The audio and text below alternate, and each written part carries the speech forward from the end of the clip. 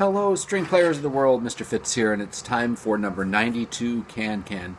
I'm going to play 92A first, and I'm not going to repeat it just to save a little bit of time, and then we'll break it down and talk about it a little bit. Okay, so here goes. This is number 92, Can Can. 1 and 2 and 1 and 2 and 1 and 2 and 1 and 2 and 1 and 2. 1 and 2 and 1 and 2 and 1 and 2 and 1 and 2 and 1 and 2 and 1 and 2 and 1 and 2. 1 and 2 and 1 and 2 and 1 and 2.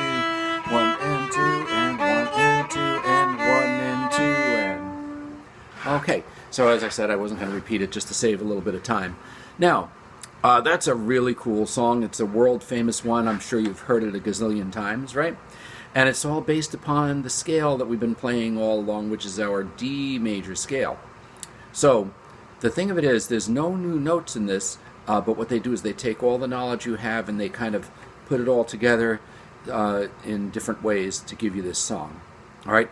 Now, as with anything, it's a good idea to break it down into small sections in order to learn how to play it. All right. So I always like to say 2 measures at a time is good, and it just gives you a little bit of a chunk to work on, right? So let's look at the first 2 measures. Now what we want to do is we want to figure out the rhythm and we want to figure out the notes, okay? So I always say rhythm is the first step. So what you want to do is count the first 2 measures and shadow bow it as if it was one of those rhythm raps. All right, so let's try that together. This is the first step. So I'm holding my bow above my strings. I'm not going to make any sound. I'm just going to move my bow. All right, and this is the first 2 measures. 1 and 2 and 1 and 2 and 1 and 2 and 1 and 2 and. So notice that I had 2 quarter notes in the first measure. Nice long bows. 1 and 2 and then the second measure 1 and 2 and. All right. So we want to get that rhythm going. It's important to be able to say it and move your bow. All right. Now once you can do that, then just play it on an open string. I'll just play it on the note D. Okay, open D. Here goes. 1 and 2 and 1 and 2 and 1 and 2 and 1 and 2 and. If you notice, those 8th notes are twice as fast. All right. Now the next step, the third step, is to say the names of the notes and to put your fingers on the fingerboard as if you were playing it. Okay. Now this is a viola. Okay, just so you know, it's not a violin.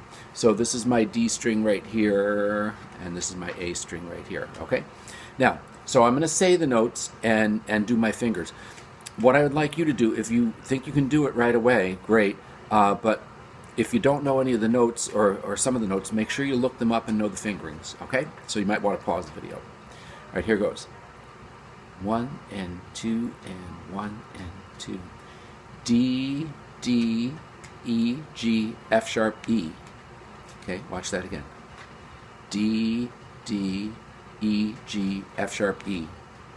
Now, that's what you want to do. You want to be able to say those note names and do the fingers and do it to the rhythm. All right, so then now what you're going to do is actually you're going to play it. 1 and 2 and 1 and 2 and 1 and 2 and 1 and 2 and. Now that second measure is the tricky part, I think you'd agree, right? Because you're doing 1 and 2 and at the same time that you're moving your fingers for E, G, F sharp, E. So it takes practice. So you want to drill those first 2 measures until you kind of get them down, you know? All right, now, if you look at the next 2 measures, the rhythm is the same, isn't it? It's the same exact rhythm. It's 2 quarter notes in the 3rd measure and then 4 8th notes in the 4th measure. Same thing with the 5th and 6th measure, right? So you've got a pattern of rhythm going on here. And so what you want to do with each of those 2 measure segments, you want to figure out the notes and do the fingerings for them, all right? By the way, any fingering, if you're stuck, you can either look back on page 47, which is your friend, or you could look at the finger guide that you made on the top of page 14. Now, before we step away from this 92A, I just want to say the last 2 measures of the first line do a D scale. It's an entire D scale, starting from low D, going up to high D, and then coming back down. So the rhythm of it, what you would do when you get to that part is you'd go 1 and 2 and 1 and 2 and 1 and 2 and 1 and 2 and. Isn't that cool? All right, it is cool. And then after you can do that, then you play it on an open note. Let's do it on an A.